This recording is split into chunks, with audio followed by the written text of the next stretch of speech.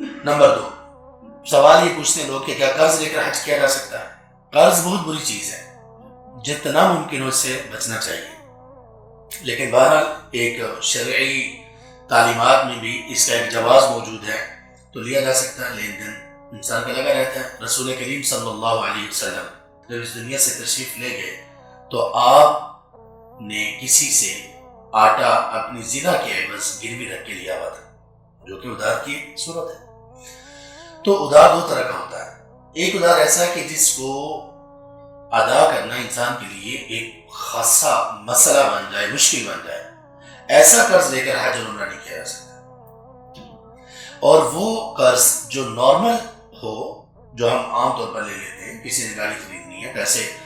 پورے نہیں ہیں، کچھ 2-4 لاکھ اس میں ڈالنا پڑے گا، تو وہ کسی سے لے لیتے ہیں، عام نارمل بات ہے۔ تو اگر کوئی بندہ اس پوزیشن میں ہے کہ وہ کہتا ہے کہ میں حج کر لیتا ہوں